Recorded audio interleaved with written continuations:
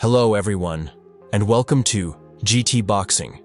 Saul Canelo Alvarez, a name that has long become a symbol of Mexican boxing and is recognized all over the world. He is a national hero, one of the highest paid athletes on the planet, and a true superstar around whom promotional projects, advertising campaigns, and commercial shows are built. His path to the top was far from easy. Growing up in Guadalajara in a poor family, he began boxing as a teenager and made his professional debut at just 15 years old. Over the course of a 20-year career, he has fought more than 60 bouts, defeated the strongest opponents of his generation, and became the undisputed super middleweight champion. But even champions of that caliber encounter moments that change everything. And such a moment came in his fight against Terence Crawford, a bout that could well be described as a turning point in Alvarez's career. Before we dive in, make sure to subscribe to the channel so you don't miss any of our new videos. Let's get started. Canelo began boxing as a child and quickly realized that the sport would become his life.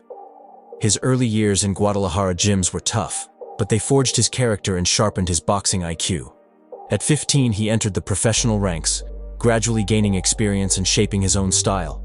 From his very first fights, his power, precision, and ability to control the ring were evident. With each passing year, Canelo grew both as a fighter and as a media personality.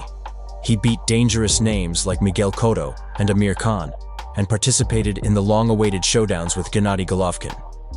Those fights elevated him not only to champion status, but to global superstardom, capable of filling arenas on his own. His loss to Floyd Mayweather in 2013 was a harsh lesson, but it didn't halt his career. On the contrary, it made him stronger and helped him develop the strategy to climb through multiple divisions. At super middleweight, Canelo accomplished something no one had before. He became the undisputed champion, unifying all the belts and holding them for 5 straight years. During that stretch, he delivered spectacular performances, showcasing his power, relentless pressure, and ability to end fights with pinpoint combinations. His victories over top contenders made him the unquestioned star of the division, and for a long time it seemed no one could stop him. Yet Canelo has always had vulnerabilities. His style is straightforward: pressure, heavy hands, supreme conditioning. But against technical, mobile opponents who control distance and work in combinations, he looked more limited. Floyd Mayweather, Erislandy Lara, and Dimitri Bivol are prime examples. Lara officially lost, but many in the media and among fans felt the Vegas judges favored Canelo. These fights proved that brute force and experience don't always prevail against elite ring IQ. Let's break down 3 examples. Floyd Mayweather, the absolute master of distance and defense. That fight showed how Canelo loses effectiveness against a flawless technical system that leaves no openings. Erislandy Lara, movement and the lead hand. Lara produced a fight where Canelo's power and spurts stood out, but it was far from a clear technical win. Many observers considered the decision controversial. Dimitri Bivol, another crystal-clear case. In light heavyweight, Bivol outboxed Canelo with range, precision, and discipline. The judges awarded Bivol a unanimous decision, exposing Canelo in his first real test at 175 pounds. The conclusion is simple.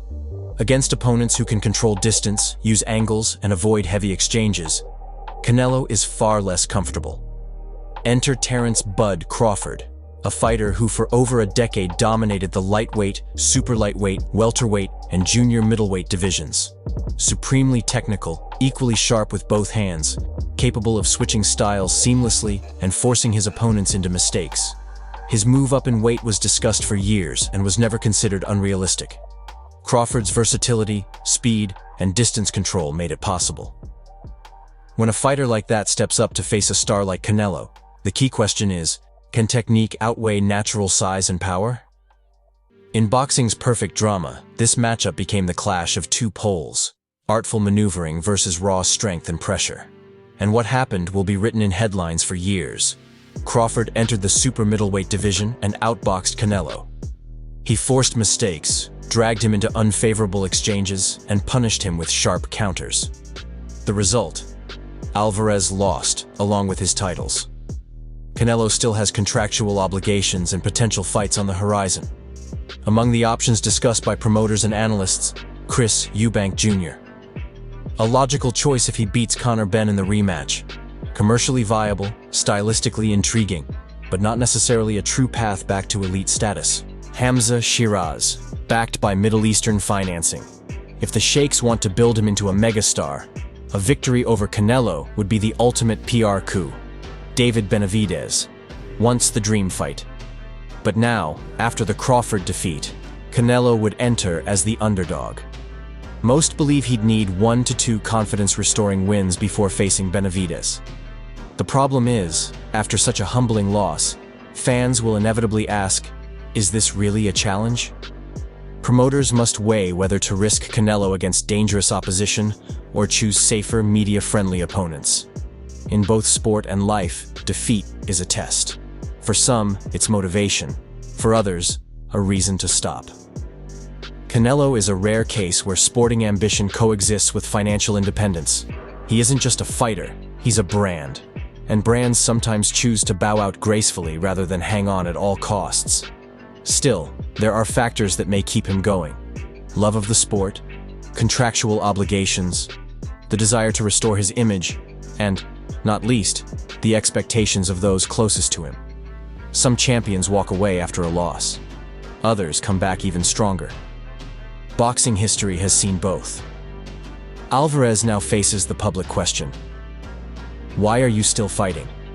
And that is the essential question for every great fighter who already has it all. When a myth collapses, the industry shifts. Canelo was a pillar around whom promotions, sponsorships, and ticket prices were built. His fall opens the door for others.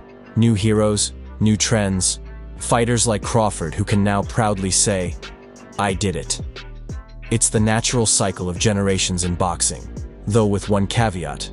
The decline of such a figure often reshapes rankings, resets business dynamics, and redirects commercial interests. No one's legacy is written off after a single fight. But some truths can't be denied. Saul Alvarez has already achieved everything in boxing, and more. His style and limitations have been exposed by a superior technician. The loss to Terence Crawford is a moment that shifts perception, business dynamics, and perhaps the fighter's own motivation.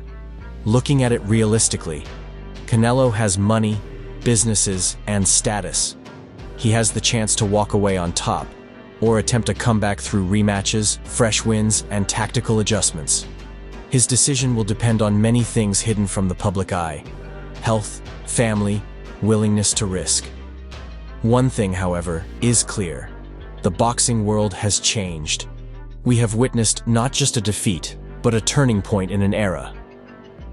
So what do you think?